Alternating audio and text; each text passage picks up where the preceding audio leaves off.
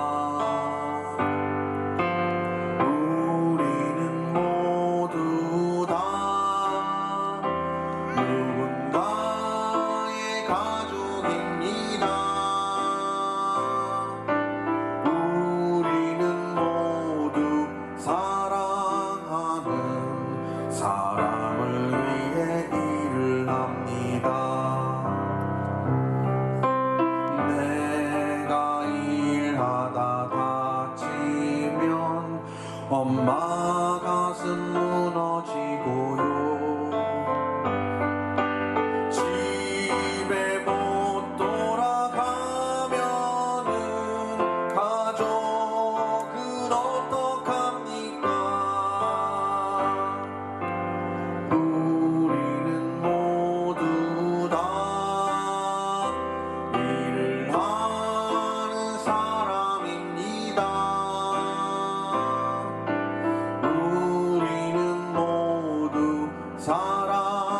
사랑하는 사람을 위해 일을 합니다.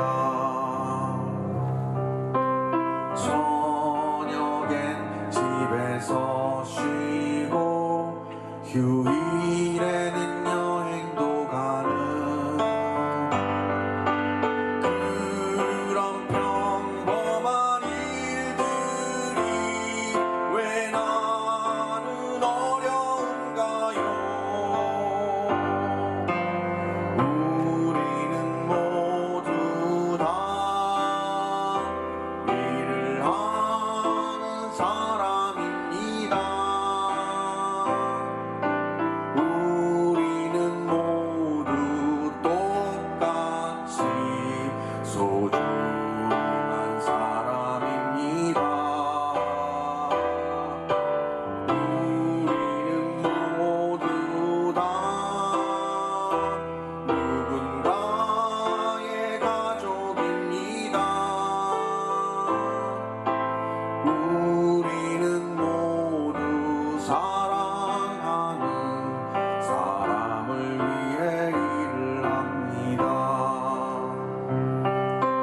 우리는 모두 사랑하는 사람을 위해 일을 합니다. 자, 모두 함께 우리는 모두 사랑하는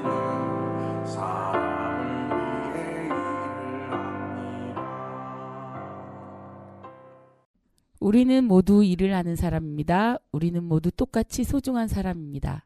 우리는 모두 누군가의 가족입니다. 우리는 모두 사랑하는 사람을 위해 일을 합니다. 이 당연한 가사가 그야말로 기적처럼 느껴지는 요즘 세상입니다. 서울시청역 교통사고로 숨진 분들의 명복을 빕니다. 예, 이번 코너는 을들의 이야기인데요. 요즘 노동의 아주 중요한 한 이슈, 예, 영어 발음이 안 되네요. 떠오르고 있습니다. 다름 아닌 홈플러스, 매각인데요. 안산 성포동 홈플러스 폐점 많이들 기억하시죠? 1년간 노동자들의 생존을 위해 홈플러스 매장 앞에서 그리고 또 안산시청 앞에서 투쟁하셨던 그 여성 노동자들의 모습이 아직도 생생합니다.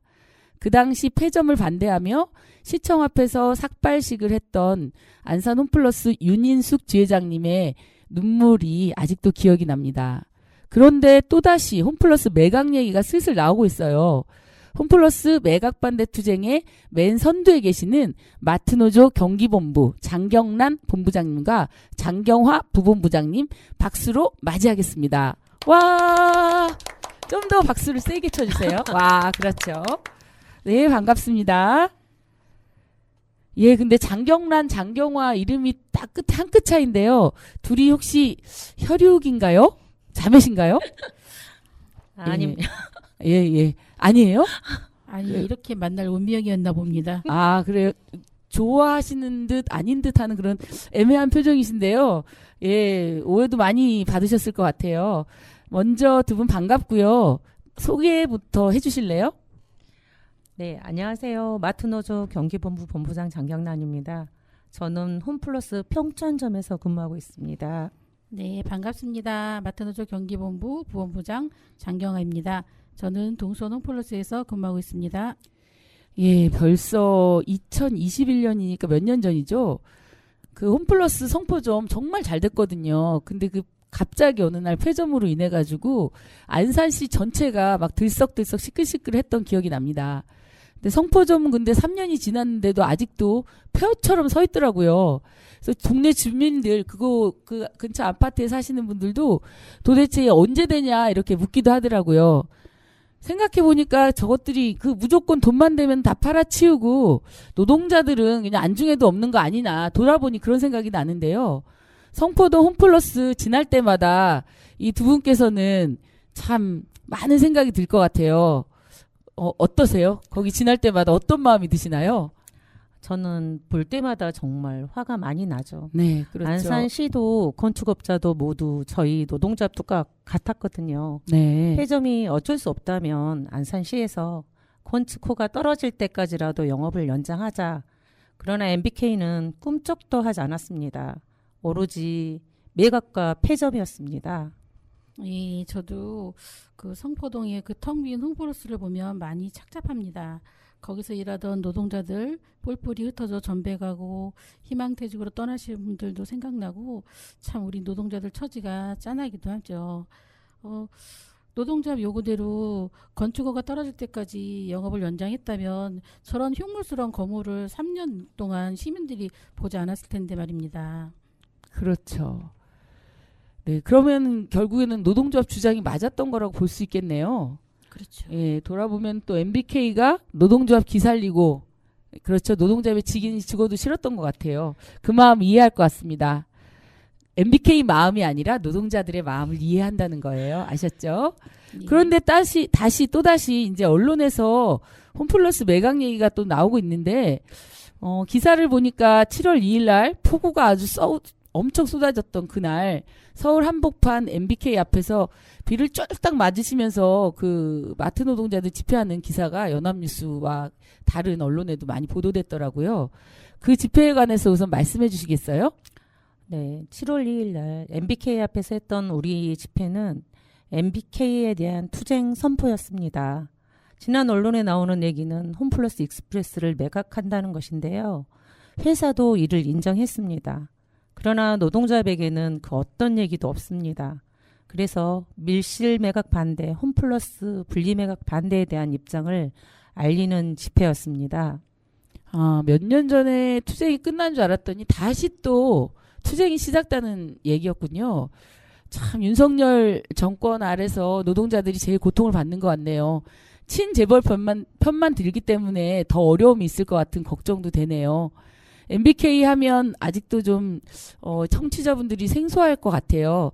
MBK에 대해서 우리가 좀 쉽게 이해할 수 있도록 설명해 주실 수 있나요? 네, MBK는 사모펀드입니다. 사모펀드? 예, 예, 사모펀드 예. 하면 투기자본, 먹튀, 기업 사냥꾼 이런 단어가 떠오르잖아요. 그렇죠. 예. 예. 홈플러스를 인수한 악질적인 투기자본이고요. 정확한 명칭은 MBK 파트너스라고 하는데 여기서 MBK는 김병주의 미국 이름 마이클 병주 김의 줄임말이에요. 마이클 병주 김이라고요? 예. 아, 정말 꼴값이네요, 진짜. 이 어머, 이런 말 해도 MBK 는 되나? 네, 삐. 자타가공인하는 아시아 최대 규모의 사모펀드인데 이 사장 김병주는 미국 시민권도 있고 한국 국적도 가지고 있어서 검은 머리 미궁이라는 비판을 받고 있죠. 아, 그렇군요. 사실 사모펀드 투기 자본에 대해서 이제 국민들이 막 비판하고 해야 한다 이런 말들이 있었잖아요. 그게 오늘, 어제, 내일의 일이 아닌데요. 우리나라에서 사모펀드가 주목받기 시작한 게 언제였죠? IMF 때 그렇죠. 외환위기 이후였습니다.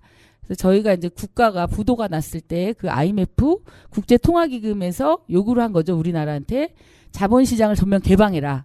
그러면서 개방이 되면서 외국계 사모펀드가 본격적으로 우리나라에 진출하게 되는데 다 아시는 것처럼 그때 대표적인 사모펀드가 뭐였죠? 론스타? 그렇죠. 네. 딩동댕. 맞습니다. 론스타였고요.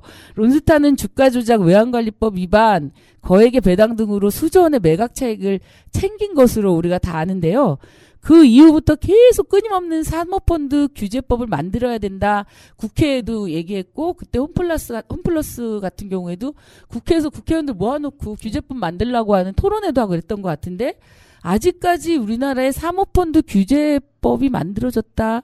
이런 얘기는 없는 것 같아요. 맞죠? 네. 아직도 안 만들어졌기 때문에 또 홈플러스 매각 얘기가 나오는 것 같은데 잠깐만 또 그렇게 시끄러우면은 또 하는 듯기 하다가 싹 입 닫고 하는 이 국회 정치권의 현실 정말 답답합니다. 우리 노동자들이 빨리 국회에 들어가야 될 하나의 이유가 아닐까 생각이 드는데요. 다시 홈플러스 얘기로 좀 깊이 들어가 보도록 하겠습니다. 그런데 지금 또 홈플러스가 매각 얘기가 또 나오고 있는데 왜 그러는 건가요? 도대체 왜 그러는 건가요? 왜? 네. MBK가 홈플러스를 인수할 당시 7조 2천억 원에 인수를 했는데 정작 MBK가 자체 조달한 돈은 2조 2천억밖에 안 했어요. 꼴랑 그래서 2조 2천억을 네, 갖고 맞아요. 네. 그래서 총 5조 원을 외부의 빚으로 조달을 했다는 거죠. 지난 우리나라 돈으로 네, 한 거겠죠. 은행에서 은행에서 네. 우리 서민 돈이네요. 네, 맞습니다. 지난 10년간 좋은 땅, 좋은 매장 다 팔아먹고 우리 홈플러스 직원들의 등골 빠지게 일을 해서 이제 빚을 거의 다 갚아가고 있습니다. 4조 이제 500억, 4,500억 정도밖에 안 남았는데 네. 이제 홈플러스가 어깨를 펴고 살 수 있는 상황까지 온 거예요. 그런데 돌연 홈플러스 익스프레스를 매각한다고 발표한 것입니다. 아니 근데 여기서 또 의문이 생기네요. 그러니까 원래 그 사모펀드 성질이 뭘 자기네들이 이렇게 샀다가 또 팔고 그러는 거 아닌가요? 근데 왜 지금 얘네들이 이제 홈플러스를 파는 게 반대를 나서는 이유가 있을 것 같은데 그건 좀 청취자분들이 알 수 있게 설명해 주시면 좋을 것 같아요. 네, 그 많은 빚을 우리 노동자들이 정말 등골이 휘어지면서 다 거의 갚았잖아요. 거기에 이제 익스프레스가 전국 330개 매장에서 280명 직원들이 그 1시간 2,800명 2,800명 노동자들이 네, 예. 노동자들이 이제 1시간 배송을 진행하면서 약 1조 2천억 원의 매출을 거두고 거기다 또 메가푸드 마켓으로 매장을 바꾸면서 무슨 홈플러스 마켓이요? 메가푸드 마켓이라고 아, 메가푸드 마켓. 예. 그래서 이제 네. 그 매출이 신장세를 타고 있어요. 네. 성장을 이렇게 주도하고 있는데 그런데 이렇게 갑자기 익스프레스 매각 얘기가 나온 거죠. 네. 확인해 보니까 사모펀드는 엑시트가 중요한데 그게 투자금 회수를 말하는 것입니다. 엑시트. 네, 엑시트. 아, 영어가 많이 나오는데 네. 아까 마이클 뭐라 그랬죠? 병주김. 병주김? 마이클 병주김 그거 영어 쓰는 거 보니 여기서도 다 나오네요. 미국이죠. 엑시트. 네. 엑시트가 즉 투자금 회수. 네, 그걸 네. 말하는 거고 사모펀드는 그 기간을 10년으로 규정하고 있는데 홈플러스 엑스트가 바로 내년이 10년이라는 것입니다. 그래서 딱 생각이 드시죠? 아, 이제 좀 이해가 되는 것 같아요. 청취자분들도 지금 머리를 딱 치셨을 것 같은데요. 사모펀드 MBK가 홈플러스에 자기 돈도 찔끔, 그것도 뭐 사채래매요. 네. 사채로 해가지고 나머지는 다 우리 국민의 돈이죠. 은행 돈으로 해가지고 빚을 내가지고 인수했고, 노동자들을 막 굴려가지고 등골이 빠지도록 10년 동안 굴리고 해가지고 일을 해가지고 그 빚을 거의 다 갚았어요. 그래서 이제 노동자들이 홈플러스 노동자들이 좀 살만하다. 그래서 이제 임금 인상도 좀 하고 뭐 단협도 하고 근로조건도 좀 개선하려고 하니까 이제 사모펀드 MBK가 노동자들의 고용은 내팽개치고 투자금 회수하는데 눈이 빨개져가지고 혈안이 돼 있다. 지금 이런 상황인 거죠? 네, 진짜 간략하게 설명해 주신 것 그렇죠. 같습니다. 제가 아주 정말 네. 설명의 달인인 것 같습니다. 자, 그럼 이제 그렇다면 이제 홈플러스 노동자들은 어떻게 해야 하나? 마지막으로 마트노조 홈플러스 싸움만 엄청 하시느라고 진짜 이골이 나셨을 것 같은데요. 마지막으로 이런 어려운 과정에서 또 윤석열 정권 하에서 마트 홈플러스 지부는 어떻게 투쟁을 계획하고 있는지 얘기를 듣고 마무리하도록 하겠습니다. 네, 저희는 7월 2일 그 폭우가 쏟아지는 MBK 앞에서 결심했습니다. 결심을 했다. 네, 네. 더 비장합니다. 이상 뺏기지 않고 살겠다. MBK와 마지막 투쟁이라는 각오를 했습니다. 우리도 모르는 밀실 매각과 홈플러스 분리 매각을 당장 중단하라. 그리고 떳떳하면 당당하게 교섭에 나와서 내용을 밝히라고 요구했습니다. 네, 저희들은 이제 7월과 8월 모든 조합원들과 직원들이 힘을 모아서 8월 22일에 1000명 이상 모이는 집회로 우리들 힘을 좀 보여주려고 합니다. 8월 22일 MBK 앞에서 대규모 집회를 개최할 거예요. 사모펀드를 규제해야 한다는 국민의 목소리를 만들고 국회에서 사모펀드 규제법을 만들 수 있는 투쟁을 하려고 합니다. 많은 격려와 지지, 연대 부탁드립니다. 네, 정말 뜨거운 7, 8월을 보낼 준비를 하고 계시네요. 두 분의 얘기를 들으면서 한편으로는 정말 분노했고 한편으로는 답답한 면도 있었던 것 같아요. 그러나 홈플러스 매각 반대 투쟁은 비단 또 홈플러스만의 투쟁이 아님을 또 알게 된 것 같습니다. 사모펀드를 규제해야 된다는 규제법을 만드는 것, 이게 우리 모든 노동자들의 투쟁이기도 하거든요. 그 앞에서 그리고 그 선두에서 투쟁하시는 두 분, 그리고 홈플러스 지부 그리고 마트노조와 뭐라도 함께 해야겠다는 결심을 저도 주목을 주면서 해봅니다. 이 방송을 듣는 정세경의 애플 청취자 여러분들도 저와 같은 마음일 거라고 생각합니다. 오늘 바쁘신 와중에 두 분 나오셨는데요. 너무 감사합니다. 그리고 앞으로 홈플러스 투쟁 경과를 보고 다시 초대해도 되겠죠? 네, 그러면 감사하죠. 많은 관심과 지지 부탁드리겠습니다. 네, 알겠습니다. 그리고 저희는 이렇게 게스트분 모시면 추천곡이 있어요. 그래서 오늘 게스트분 중에서 어떤 분이 어떤 곡을 추천해 주실까요? 네, 데이식스의 웰컴 투 더 쇼. 이 노래를 추천하고요. 앞으로 이제 보여지는 홈플러스 노동자들의 승리를 향한 함께하는 쇼 기대해 주십시오. 홈플러스 승리를 위한 투쟁하는 노동자를 위한 홈플러스 투쟁하는 노동자들을 위한 쇼 함께 박수로 기대하도록 하겠습니다. 오늘 너무 감사합니다. 감사합니다.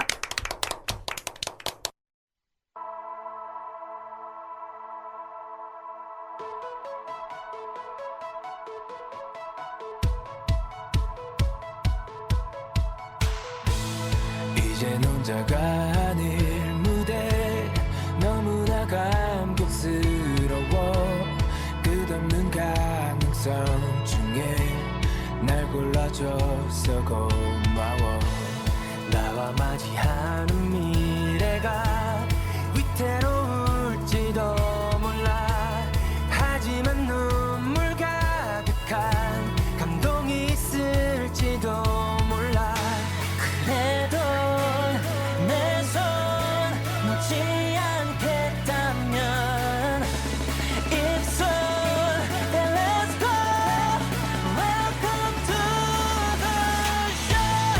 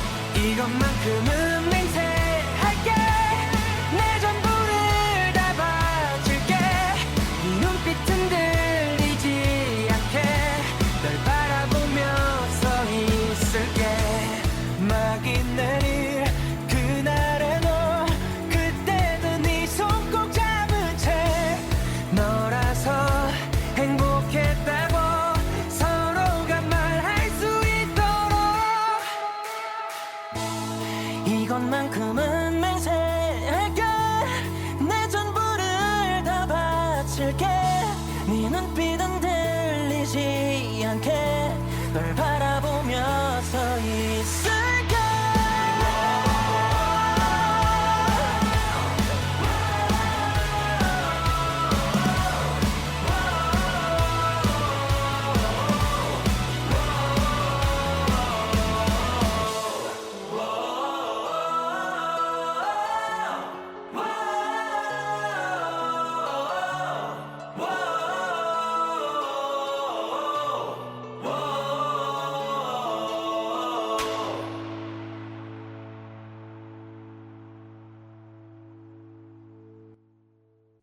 이번 코너 오해란의 애플 음악 시간입니다. 반갑습니다, 요란님. 네, 반갑습니다. 예, 오늘 준비한 노래가 있을 것 같은데요. 7월의 노래는 어떤 노래를 준비했나요? 예, 오늘은 평화와 통일을 바라는 마음으로 철망 앞에서 준비했습니다. 1953년 7월 27일이 한국 전쟁을 끝난 휴전 협정일이죠. 네, 예, 그렇죠. 그런 걸 생각하면서 평화협정 체결이 안 된 채로 불안한 정전 체계가 지금 71년째 지속되고 있습니다. 71년이나 됐네요. 네, 그래서 이 뜨거운 여름 우리 평화의 마음을 담아 평화의 노래를 준비해봤습니다. 아, 너무 좋은데요. 보고 싶은 사람을 만나지 못하는 고통. 네, 저희 안사는 또 세월호 가족들의 아픔을 같이 겪고 있어서 그런 마음 더 잘 알 수 있죠. 살아있는데도 만나지 못하는 이산가족의 아픔. 전 국민이 눈물로 같이 했었는데요. 바로 전쟁이 가져온 아주 가장 큰 비극인 것 같아요. 전쟁은 사랑하는 가족을 갈라놓고 가난했지만 우리 행복하게 살던 우리 민생들을 그저 죽을 수밖에 없는 상황으로 몰았는데요. 우리 현대사의 비극이자 분단고착의 계기가 된 한국전쟁. 요즘 분위기라면 오열아님 다시 막 전쟁이 일어날 것 같지 않나요? 그렇죠. 아주 불안정한 냉전 체제가 막 그렇죠. 되고 너무 있는 것 무섭죠. 같습니다. 예. 그러니까 대북전단을 막 살포하고 확성기를 하니 많이 그리고 또 이제 서해 백령도 연평도 일대에서는 지금 해상에서 한미일 훈련이 군사훈련. 네. 진행되고 군사 긴장이 어느 때보다 높은 것 같아요. 해방 후에 처음으로 우리 일본은 절대 안 되잖아요. 네네. 네, 일본은 막 동맹까지라고 얘기하는 국민의힘 작자들도 있는데요. 그런 군사훈련을 하는데 이 근본적 원인이 뭐죠? 불안정한 정전 체제이죠. 맞습니다. 예. 미국이요 정전 협정의 당사자로서 평화협정 체결을 외면하고 수십 년 동안 대북 적대 정책으로 일관하고 있다는 비판을 받고 있는데요. 문재인 대통령이 아주 감동적인 2018년 판문점 선언을 합의를 했었죠. 네네. 그걸 이행하려고 할 때 당시 미국 대통령 트럼프는 미국의 승인 없이 아무것도 할 수 없다고 으름장을 놓았었습니다. 기억하시죠? 네. 예, 김대중, 정말 화났죠. 노무현, 문재인 3명의 민주 대통령이 남북 정상회담을 했지만 분위기만 조성하다가 결국 미국의 반대에 부딪혀서 아무것도 해결하지 못했습니다. 네. 미국의 패권, 대북 적대 정책을 끊어내지 않고서는 평화도 주권도 실현할 수 없다는 것을 많이 느끼게 되었죠. 그렇죠. 노래는 잔잔하지만 한반도 분단 비극을 힘없이 서 있는 녹슨 철조망을 네, 표현했다는 예, 거죠. 녹슨 철조망을 끊어낸다라는 식으로 표현해서 정말 끊고 싶네요. 예, 이것은 우리 민족이 원하지 않는 분단 현실을 표현한 것이라고 생각하고요. 이제 끊어내자는 평화의 결심을 다지고 있는 듯합니다. 네, 아주 좋은 노래 선곡해 주셨네요. 네, 노래 가사에 보면 이렇게 가까이에 이렇게 나뉘어서 힘없이 서 있는 녹슨 철조망을 쳐다만 보내 자 총을 내려 두 손 마주 잡고 힘없이 서 있는 녹슨 철조망을 걷어버려라는 가사가 있습니다. 우리 민족끼리 총을 내리고 두 손 마주 잡고 녹슨 철조망을 힘차게 걷어내고 평화와 번영의 통일의 길로 가자고 노래하는 내용입니다. 다시 이 노래를 크게 들을 수 있는 행사가 또 준비되어 있습니다.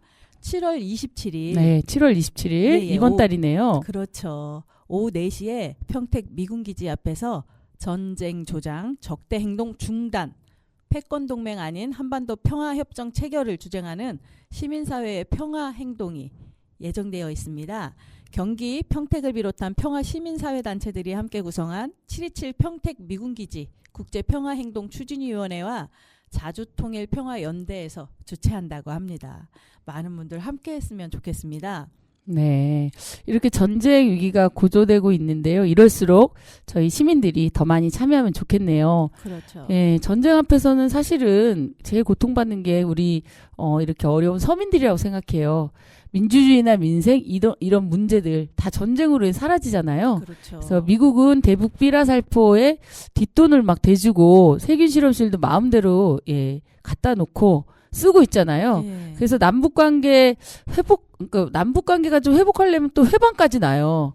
걷다가 이제 일본군까지 끌어들여가지고 한반도의 전쟁 분위기를 고조시키는데 정말 이 미국 없는 한 대한민국 한번 꿈꿔도 되지 않을까 그러고 싶네요. 네, 그렇습니다. 그리고 요즘에 또 말이 많고 있는데 뭐 이북에서 네. 쓰레기 투기 예. 쓰레기 아, 대북 전단에 대항해서 예, 우물 예, 투척하는 예. 거요. 했다고 했죠? 네네. 우리가 먼저 시작했죠. 그렇죠. 우리가 먼저 시작한 거죠. 예, 그래서 사실은 그 탈북 단체에서 네. 대북 전단을 네네네. 보냈었죠. 네, 그렇죠. 그런 걸 저는 정부에서 막아야 막아야 한다고 그렇죠. 생각합니다. 우리 지금 이렇게 통일의 길로 가고 있는 상황에 예. 예. 국민의 생명 안정, 그럼요. 전쟁 위협을 제거하는 것이 바로 정부의 역할이다. 그 국가가 말씀을 해야 하시는 것 할 같네요. 일이죠. 예, 예. 맞습니다. 네. 예, 그러면 7월 27일 평택을 우리도 포위하러 시민들과 함께 단단히 어깨 걸고 가도록 좋겠습니다. 노래 소개해 주시죠. 예. 이 노래 철망 앞에서는 뭐 특별한 스토리가 있진 않지만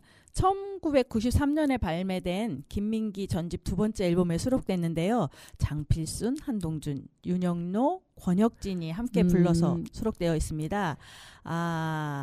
이 노래는 노태우 정권 시절에 네. 그 남북 예술단 교류 사업이 진행됐었습니다. 그때 남측 공연단을 구성하는 과정에서 엔딩곡이 필요해서 만들었다고 합니다. 그런 사연이. 예, 결국은 남북 교류를 감동적이네요. 위한 네. 노래가 됐겠죠. 네. 그리고 또 이 노래가 1999년 윤도현 밴드 다들 네. 좋아하시잖아요. 그럼요. 정규 4집에 수록되었는데 그 윤도현 밴드가 부르면서 아주 유명해졌죠. 더. 네. 그리고 윤도현 밴드는 2002년과 2018년 두 차례 북한 공연을 한 적도 있습니다. 네. 통일 문제에 관심이 많은 가수인데요.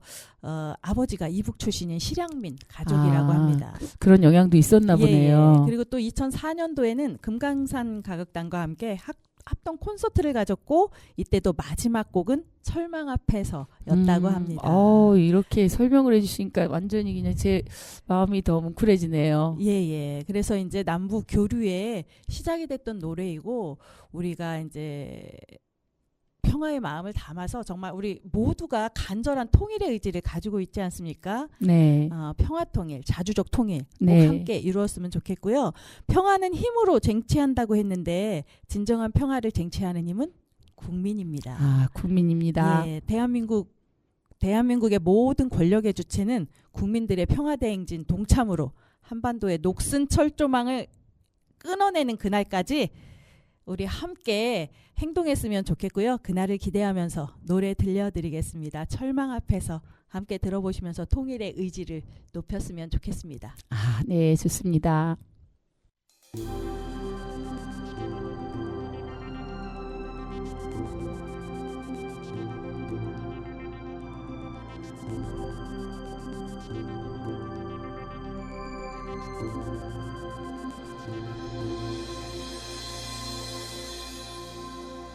내 맘에 흐르는 시냇물 미움의 골짜기로 물살을 가르는 물고기 떼 물 위로 차오르네. 눈물은 흐르네 절망을 헤집고 싱그런 꿈들을 품에 안고 흘러 굽이쳐가네.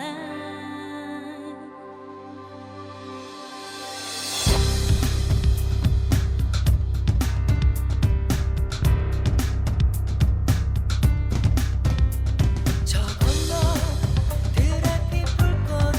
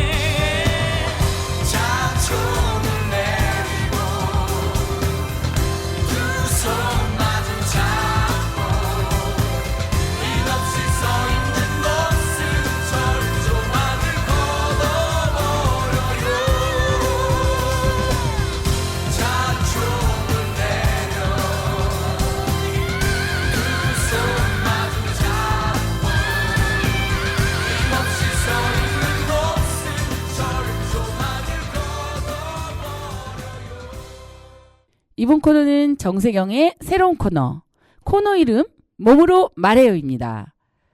예, 몸으로 말해요 하니까 막 뭐 춤 코너인가 이런 생각하시죠? 네.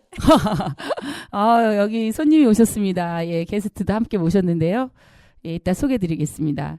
몸으로 말해요는요, 내 몸이 말하는 걸 잘 살펴보라 그런 뜻입니다. 몸이 우리에게 말을 걸잖아요. 주인님, 저는 어디가 안 좋아요, 어디가 아파요 라고 이렇게 말을 걸거든요. 그렇게 말을 걸 때 잘 살피고, 예, 해줘요. 좋아해, 잘 살펴줘야 된다. 말이 버벅거리네요. 예, 두 번째 녹음인데 그래요. 즉 증상즉 요법 뭐냐면요, 고혈압, 당뇨, 고지혈증 이런 증상을 병으로 생각하면 안 된다는 거죠. 예, 그걸 병이라고 생각하면 약에서 헤어나오기가 어렵잖아요. 증상으로 생각하고 그 증상을 몸이 말을 해줬기 때문에 그것을 걔네들이 안 생기는 방향을 처치를 하기 위해서 노력을 하는 거예요. 그래서 증상은 고치료법. 예, 되게 너무 멋있지 않나요, 이 말? 증상즉 요법. 예, 동의하시는 웃음이죠?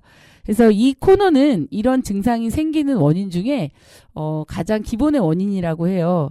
비만을 좀 병이라고 하잖아요. 비만도 병이라고 하는데 그 비만을 어떻게 하면 우리가 탈출할 수 있을지, 그리고 제가 알고 있는 비만 탈출법을 게스트이신 오유라님과 함께 쭉 가보도록 하겠습니다. 반갑습니다. 초대 응해주셔서 감사해요. 네, 반갑습니다. 왜 저를 초대한 거죠? 아니, 지금 옆에 계셔가지고 혼자 하기가. 살을 빼야 하는 당사자로 초대한 건 아니에요, 아니죠? 아니에요. 절대. 오유라님은 어디 뺄 데가 없죠. 네. 군더더기가 없죠. 알겠습니다. 네. 감사합니다. 네.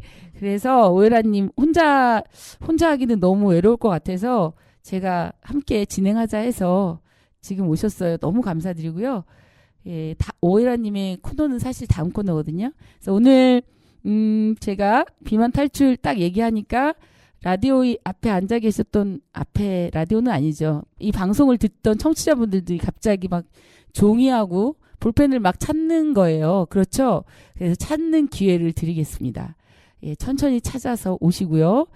예, 요즘 제가 많이 듣는 얘기 뭔 것 같아요? 오유라님, 엊그제 저 만났을 때 뭐라고 했어요? 보자마자 잠깐 찰나의 순간 아니, 복지관에서. 왜 이렇게 살이 빠졌어? 예, 맞습니다. 어디 아파? 예, 그래요. 맞아요.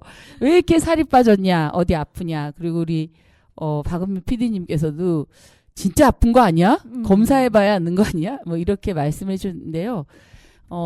단기간에 살이 빠졌다. 그러니까 단기간에 살이 빠졌다는 것은 보통 병이 생겼을 때 그런 그렇죠. 얘기를 많이 하잖아요.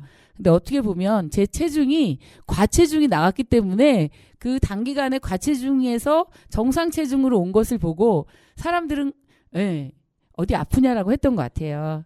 그래서 저는 근데 아파서 빠진 게 아니라 제가 대사를 정상화하기 위한 노력을 한 거예요. 뭐라 그랬죠, 제가? 대사를 정상화. 정상화하기 위한 예. 노력을 예. 했다. 그래서 오유라님이 만약에 53kg가 정상 체중이라고, 그것도 사실은 뭐 학자들이 뭐 의사들이 해놓은 건데 그것도 믿으시면 안 돼요. 70kg여도 뭐 고관절도 없고, 예, 키는 작아도 70kg인데 고관절도 없고 고혈압, 당뇨 그런 증상도 없고 건강하고 하루하루 새벽부터 뭐 자기 전까지, 그리고 숙면도 취하고 그런 분들이 있어요. 정말 생활이 행복한 분. 그러면 오유라님은 어떤 것 같아요? 유형에서. 저요? 네. 저는 상쾌한가요? 아침에 눈 떴을 때. 요새 피곤하던데요. 아, 혹시 사과 농사 때문에 그런 건 아니신가요? 예, 일 때문에 필요한 것도 있고요. 예. 저도 조금 몇 킬로 정도의 감량이 필요한 것 같긴 합니다. 그래요. 네. 몇 킬로 정도 감량하고 싶은가요? 한 5킬로 정도요. 예, 다 대부분이 5킬로더라고요. 희한하더라고요. 그렇게 뭐, 얘기할 줄 알았어요. 예, 대부분의 얼마를 빼고 싶냐? 우선 5킬로래요. 우선. 그러니까 우선 5킬로라는 거는 5킬로를 빼고 조금 2, 3킬로 빼면 더 좋겠다, 그런 거 아닐까요? 아니, 저는 딱 5킬로. 딱 5킬로. 그러면은 좋은 몸무게가 될 것 같다. 그러면은 제가 하라는 대로 제가 함께 나누는 얘기로 하면 반드시 뺄 수 있습니다. 그래요. 네. 책임집니까? 그럼요. 안 책임지죠. 빠지면. 예? 안 빠지면 제가 하는 대로 안 한 거죠. 했는데 안 빠지면 그거를 증명해 내셔야 돼요. 네. 그렇습니까? 예. 네, 그래서 아무튼 잘 예. 참고해 보겠습니다. 참고해 보시고 오늘 이제 제가 몇 가지 꼭 함께 해야 된다라고 하는 거를 지키시잖아요. 근데 혼자 하기 어려워요. 그래서 제가 정세경의 애플 비만 탈출 클럽 카톡방을 만들 거예요. 비만 탈출이 아닐 수도 있는데 뭐 행복한 생활 클럽이라고 그럴까요? 그렇죠. 예, 행복할 것 같아요. 뭔가 일어날 때도 상쾌하고 걷다가 뛸 수도 있고. 정세경님이 지금 그렇다라는 거죠? 네, 그렇죠. 제가 그럴 지금은 수 있겠죠. 네 30분을 쉬지 않고 달릴 수 있는 체력이 된 거예요. 저 점심 시간에 30분을 달리고 쉬지 않고 달리고 점심을 먹거든요. 관절은 괜찮으신가요? 그러니까요. 이게 살과 관절이 연결이 돼 있더라고요. 그럼요. 예. 살이 빠지니까 관절이 오히려 근육이 그러니까 다리에 근육이 생기면서 예, 지방이 근육화 되는 거죠. 지방은 절대 근육은 되지 않지만 그렇게 되면서 오히려 관절이 더 튼튼해지는 그런 걸 경험했다고 볼 수 있습니다. 그래서 이렇게 살이 언제부터 빠졌냐? 100일이에요, 100일. 100일인데 여러분들 100일 안 걸려요. 한 달이면은 5kg는 빠질 수 있습니다. 그래서 어떻게 하면 5kg를 뺄 수 있을까요? 하면 이제부터 제가 하는 말씀을 잘 들어보세요. 한 달에 5kg를 뺄 수 있다고요? 그럼요. 저는 예전에 정세경님이 하는 예. 건강 단식에 참여했는데 네네. 단식을 해도 5kg가 안 빠지던데요. 예, 그쵸. 그 네. 단식에서 5kg가 안 빠졌던 이유는 오해라님의 대사가 정상화되지 않았었기 때문이에요. 그래서 대사를 정상화하는 과정을 단식이라는 해독을 함으로써 해독 작용을 함으로써 살을 빼려고 했는데 그게 지속적으로 그 식생활이 가졌어야 되는데 단식 후에 기간이 짧거나 아니면 일주일이었는데 네, 기간 후에 회복식 기간과 그 이후에 나의 삶 그게 생활이 개선되기 위해서 단식을 하는데 안 빠지니까 포기하게 되는 거죠. 예, 그렇죠. 그러니까 살 빼기로 이거를 딱 정확히 정해놓고 하게 되면은 포기하게 되는데 제가 여러분에게 말씀드리고 싶은 건강과 나의 대사를 정상화하기 위한 한 달의 프로그램. 너무 좋네요. 박수. 예, 어떻게 이런 생각을 하는지 모르겠어요. 정말 지금 나왔어요. 두 번째 녹음에 드디어 나왔습니다. 그래서 그런 대사를 정상화하기엔 프로그램을 같이 함께하기 위한 단톡방을 만들 거예요. 그래서 애플 보시고 그 밑에 댓글을 달아주시면 전화번호랑 댓글을 달아주시면 아니면 제 카톡 아이디에 넣어주시면 제가 단톡방을 만들어서 날짜를 정할게요. 그 날짜를 정한 날부터 해서 저희가 어떤 음식을 그러니까 나쁜 음식을 끊으면 되거든요. 그러니까 닭고야가 아니에요. 닭가슴살, 고구마, 야채만 먹어가지고는 절대로 살이 빠질 수도 있지만 순간에 빠질 수 있지만 그거를 1년을 지속할 수는 없잖아요. 우리 삶이. 평생 식단으로 그렇게 할 수는 없다. 그렇죠. 예. 근데 평생 식단을 하는 운동하는 사람들이 있는데 행복하지 않아요. 삶이 우리가 먹는 즐거움도 있어야 되잖아요. 식도락이라고 하잖아요. 네. 그래서 좋은 음식을 마음껏 먹으면서 살을 빼는 것을 알려드리겠습니다. 첫 번째 해야 될 일은 뭘 해야 되시냐면요. 한 달 동안 술을 끊으셔야 돼요. 어때요, 의라님? 안 돼. 지금 피디님이 안 된다고 지금 난리 났어요. 저는 가능하죠. 네, 그 양악을 먹으면서 끊기도 했었습니다. 얼마 전에. 네, 그렇죠. 안 된다고 지금 피디님께서 그러는데 끊으셔야 됩니다. 끊으시고 저는 그럼 너는 끊었냐 이렇게 물어볼 거 아니에요. 내가 너 술집에서 많이 봤는데. 그렇죠. 그런데 제가 5월 한 달 술을 끊었어요. 저도 이거는 제가 몰래 맥주 한 캔 이렇게 먹은 적 없나요? 무알콜로 먹었습니다. 무알콜은 무알콜은 좀 근데 그거를 또 맥주 마시듯이 하면 안 되고 이제 어떤 자리에서 뭐 먹을래 무알콜을 제가 한 2번 정도 먹은 적이 맥주 있어요. 대신 음료는 괜찮나요? 아니 음료도 설탕을 이따가 말씀드릴게 좀 참아주세요. 네네. 네, 지금 5kg가 벌써 빠진 것 같아요. 지금 저 얼굴 표정이 지금 5kg가 빠진 얼굴인데요. 그래서 첫 번째는 뭐하냐? 제가 술을 끊으라고 그랬잖아요. 한 달 하실 수 있죠. 아, 그럼요. 캔맥주 한 잔도 허용이 안 되고 그때 와인도 안 하필 됩니다. 여름이네. 그러니까 여름, 겨울에는 또 뭐죠? 보드카가 생각나고. 이 여름에는 좀. 네, 근데 생각해 보세요. 7월 한 달을 끊으면 8월 한 달을 끊으면 예를 들어서 9월부터 마실 수가 있어요. 9월부터 안 되나요? 9월부터 하셔도 되고 이게 길어지네요. 그래서 9월부터 하셔도 되는데 제가 권장하는 술까지 권장하게 됐네요. 술은 기타 제재도 드시지 마셔라. 소주 같은 거 먹지 마. 이왕 먹을 거 증류주, 좋은 술을 마시라는 걸 권하고 싶어요. 고구마로 만든 술, 감자로 만든 술. 우리 러시아 식품 많이 팔잖아요. 또 피디님이 고개를 설레설레 자기는 소주다 이거죠. 그러나 피디님이 지금 귀를 막고 있는데 다 들리나 보네요. 아, 여튼 그래요. 술을 끊으실 수 있다고 지금 오유라님 약속하셨어요. 근데 시기를 정하세요. 그러니까 저는 다이어트 클럽에서 같은 시기에 모두가 시작한다고 생각하지 않으려고 해요. 네. 그러니까 저희 먼저 시작한 사람들이 이걸 했을 때 뒤에 들어오는 사람들이 와 반드시 해야 되겠다 이런 마음이 생기겠죠. 아, 그리고 아까 질문한 것 중에서 좋은 질문 있었어요. 한 달만 끊어서 되나요? 이런 거 질문하셨잖아요. 네. 맞습니다. 왜 한 달이라고 하냐면요. 제가 아까 살을 뺐는데 가장 중요한 게 뭐라고 그랬죠? 개인의 잘못 아니라고 그랬죠. 뭐를 정상화해야 된다? 몸의 대사. 그렇죠. 몸의 대사를 정상화하는 거예요. 대사를 정상화하는 기간이 한 달이다. 웬만한 사람 다 한 달이다. 물론 중병이 있는 사람들은 대사 정상화가 뭐 중증 당뇨 환자나 이런 분들은 한 달 갖고 정상화가 안 돼요. 근데 초기 당뇨 뭐 그런 거 되고 고혈압은 그냥 기본적으로 돼요. 고혈압은 한 달 이렇게 해도 그냥 고혈압을 다 잡아요. 이거는 이제 제가 그런 게 아니라 의사 선생님이 이런 실험을 한 거를 네. 제가 들으면서 알아낸 거고요. 그래서 술을 끊으시면 한 달 동안에 대사가 정상화된다. 제가 술을 끊었다. 이거는 56평생 처음 있는 일이다. 아, 네. 네, 이런 말씀을 드리겠습니다. 두 번째, 커피입니다. 네. 커피. 커피도 어렵죠. 커피는 이 여름에 커피입니다. 안 돼요.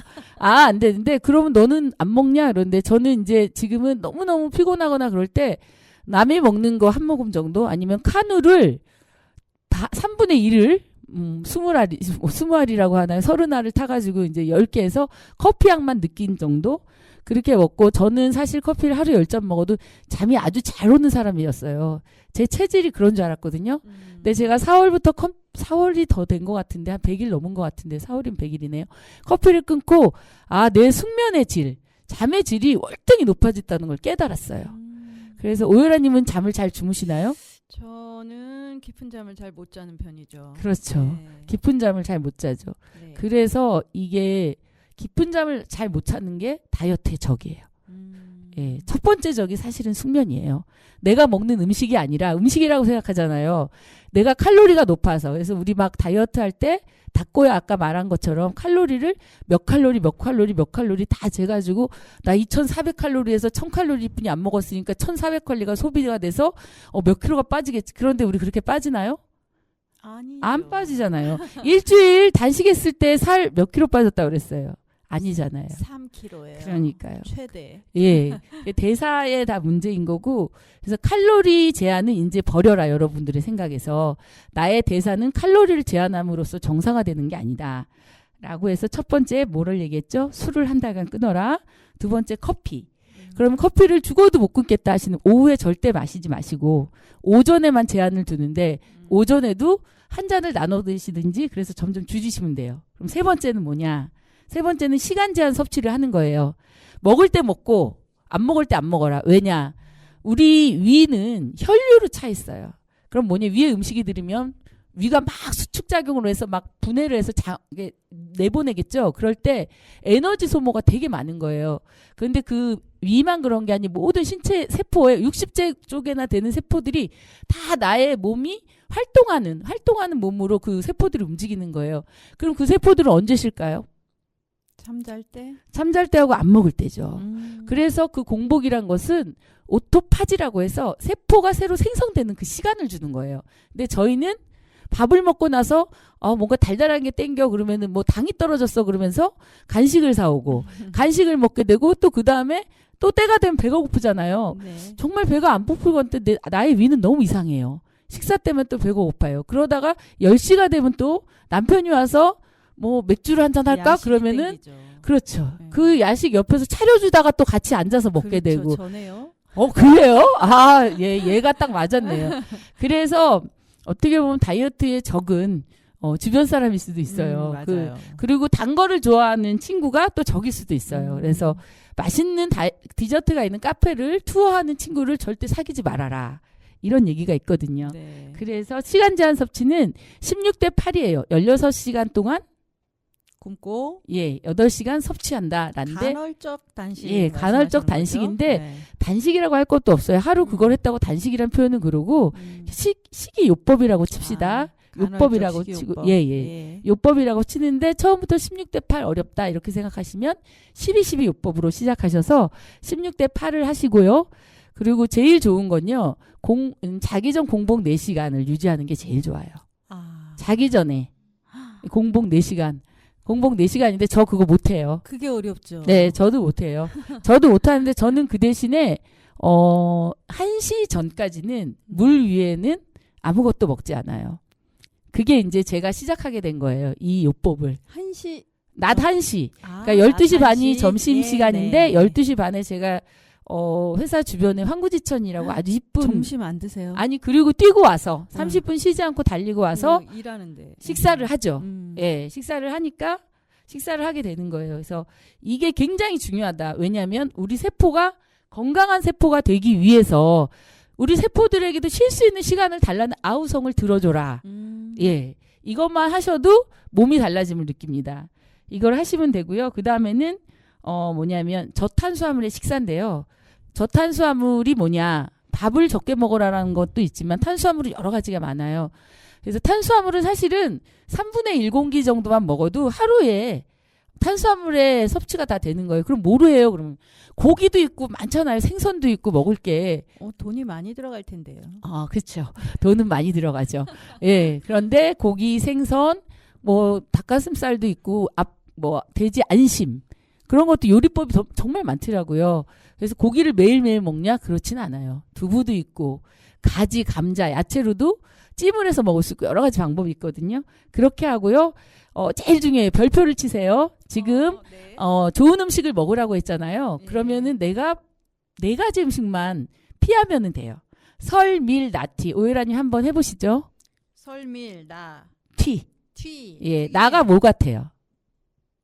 나트륨이라고 생각해요. 나쁜 기름이에요. 그래서 설탕, 밀가루, 나쁜 기름, 튀김인데요. 설탕은 어떤 설탕을 쓰냐? 지금 우리 정제된 설탕이잖아요. 그건 그냥 몸에 바로 흡수가 돼버려요. 그래서 인슐린을 확 높여준다고 그래요. 근데 그런 음식들이 지금 너무 많잖아요. 네. 설탕이 없는 게 아예 없어요. 설탕이 안 들어간 게. 네. 하물며 된장찌개에도 시중 음식점에서 설탕을 넣는데요. 그래서 우리의 입맛을 돋구게 한다고 그러더라고요. 그렇죠. 그래서 설탕은 좋은 설탕, 원당이 있어요. 원당이 비싸지도 않아요. 원당류. 요즘에 천연 예, 당분으로 된 그렇죠. 설탕들이 많이 나오더라고요. 예. 원당도 있고요. 알룰로스가 있어요. 예. 근데 우리가 일상적으로 설탕 많이 안 써요. 보면. 그래서 그런 좋은 설탕 써도 돈 크게 안 든다. 그거하고 밀가루. 밀가루는 기본적으로 우리 장을 부패하게 만든다고 해요. 그러니까 제가 이제 의학적으로 설명을 해드릴 수가 있는데 지금은 제가 적지 않았기 때문에 못해요. 그러니까 소화에 장애를 주는 음식이다. 예로부터 우리 인간이 밀가루가 맞지 않게 태어난 신체를 가지고 있대요. 그래서 이게 그러면은 통곡물은 괜찮지 않냐, 뭐 통밀은 괜찮지 않냐, 조금 날 뿐이에요. 성질은 똑같아요. 그래서 오열아님의 얼굴이 지금 이런. 너무 걱정인데 오열아님이 제일 좋아하는 음식이 뭐예요? 밀가루요. 그렇죠. 왜냐하면 국수. 네, 국수 벌써 뭐 기쁘네요. 만두. 예, 네, 메밀소바. 네, 그런데 이 밀가루를 만약에 오열아님이 다른 여러 가지 실험을 하기 어려우면 한 달만 밀가루를 끊어보는 생활을 해보세요. 그리고 밀가루를 대용할 수 있는 게 뭐가 있어요. 티오피카인가 티피오카인가 그런 가루가 있어요. 비싸지도 않아요. 그걸로 수제비도 해먹고 부침개도 해먹고 할 수가 있거든요. 저는 밀가루를 그걸 샀는데 아직 개봉을 아직 드릴게요. 네, 감사합니다. 예, 튀김류를 하질 않아서 집에서 아예 하질 않아가지고 드릴게요. 드리는데 티피오카 가루라고 해가지고 밀가루를 대용할 수 있는 좋은 게 있고 그다음 나트륨이 아닌 나쁜 기름. 씨앗류예요. 아까 들기름, 참기름 괜찮지 않아요 했는데 고온에서 볶아서 짜내는 기름은 다 안 좋은 거여서 콩기름, 옥수수, 해바라기, 포도씨유 또 뭐가 있죠? 들기름, 참기름은 압착식. 그게 2-3배 비싼데요. 네, 생들기름, 생참기름인데 그게 2배, 3배가 비싼데 우리가 기름 그렇게 많이 안 써도 원재료가 맛있으면 사실 다 맛있거든요. 그리고 생압착식은 향도 진해요. 그래서 그런 기름을 써라. 튀김류 안 좋다. 고온에서 튀기니까. 이 4가지 기억해 주시고 그러면은 아까 오해라님이 밀가루 생각부터 해가지고 벌써부터 이제 어려워질 것 어려워질 것 같잖아요. 한 달만 밀가루 끄는 걸로 해봅시다. 그래서 마지막으로 이제 운동하기인데요. 운동은 어떻게 했냐? 저는 30분 뛸 줄이야 제가 30분 뛰는 거를 6월부터 했나 그랬던 것 같은데 이렇게 제가 뛸 수 있을 줄 몰랐던 거예요. 런데이. 예, 런데이 앱을 깔으세요. 어플 런데이. 그런데 뛰는 것도 좀 조심해야 네. 되지 않을까요? 예, 그쵸. 관절 문제도 당연하죠. 있고 너무 나이 드신 분들 네네. 갑자기 뛰면 뛰면 절대 안 돼요. 네. 그래서 런데이 앱에 걷는 거. 초급이 있어요. 초급. 응. 그래서 8주간의 프로그램을 통해서 마지막에 30분간 쉬지 않고 달리기 할 수 있는 1분 천천히 걷고 1분 천천히 뛰고 그거를 아나운서 성우가 귀에다 대고 얘기해줘요. 그거에 따라서 하시면 돼서 이거를 시작하시면 되고 아까 제가 총 정리를 해주면 설밀라티, 커피, 네. 술 그리고 또 뭐가 있죠? 숙면이에요. 숙면을 방해하는 어떠한 것도 하지 마라. 그러기 때문에 반드시 불을 끄고 주무시고 주무시기 전에 스마트폰 오프해 두십시오. 네, 이상입니다. 어떻게 여러분 할 수 있을까요? 네, 좀 어렵긴 하겠지만 네. 뭐 한 번쯤 5kg를 위해서 해봐야죠. 시도해 보시고요. 나는 왜 이렇게 살이 안 빠져서 억울해 하셨던 분 대사가 문제고 여러분 잘못 아닙니다. 근데 궁금한 거 네, 있는데요. 네. 한 달만 끊고 네. 그다음에 다시 섭취해도 되는 건가요? 술이요? 아니 모든 게. 네, 그렇죠. 아니요. 설밀라트는 평생입니다.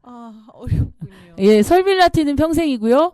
술은 한 달이라고 하는 것은 간이라든지 우선 모든 우리 내장이라든지 이런 것들을 대사가 잘못된 것을 바로잡을 수 있는 술을 끊으로서 바로잡을 수 있는 기간이 한 달이라고 네, 한 거예요. 알겠습니다. 그리고 오해라님은 제가 옆에서 봤을 때 정말 많이 안 드시는데 어떨 땐 되게 얼굴이 부어 있거나 손도 부어 있고 그런 걸 자주 목격했어요. 그래서 그게 뭘까 했을 때 저는 음식이다. 음식으로 못 고치는 병 없다고 그랬거든요. 피로인데요. 그러니까 피로인데 피로를 더하는 게 음식이에요. 그래요? 거기에 더하여 음식이에요. 그러니까 내 피로가 왜 그러냐는 것은 대사가 문제다. 오해라님 뭐 또 질문하세요. 지금 울라고 그래요 지금. 아니 제가 좋아하긴 하지만 요즘에 밀가루를 그렇게 많이 먹지도 않고 이래서 그 전에 쌓였던 떡이. 배출이 안 돼서요? 네, 알겠습니다. 네네. 여튼 긴 시간이었는데 어떠셨는지 모르겠어요. 정세경의 애플 유튜브 댓글란에 코너 속의 코너 몸으로 마려요에 많이 오셔서 함께 살도 빼고 정말 행복하고 좋은 음식 먹으면서 행복하게 그런 거 한번 지내는. 해보세요. 네네. 이거 함께 네. 참여하는 분 중에 성공하신 분들을 위한 네. 선물들 좀 준비해 주시고 제가 이런 이벤트를 좀 저한테 준비하면 주셔야 좋을 되는 게 거. 아닌가요? 제가 빼드렸는데 좋습니다. 그럼 조회수를 높이기 위해서 네, 정세경의 말대로 해서 저는 5kg 뺐다, 아니면 난 10kg 뺐다.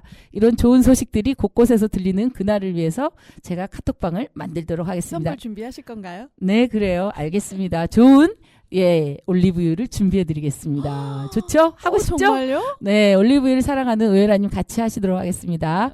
여러분, 안녕! 반가웠습니다. 네.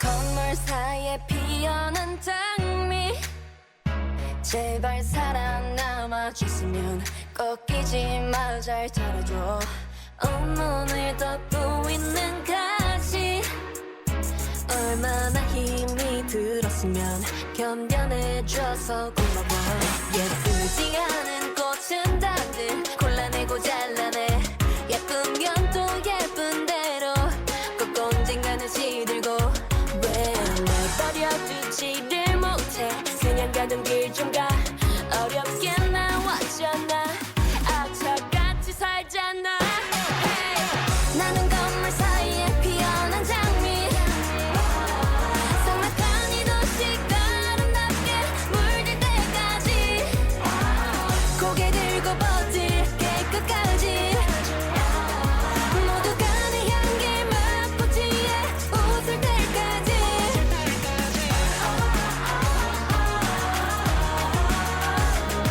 No, I'm not going down, I'll be alright. Yeah, I'm only going up and I'ma be alright. Hey.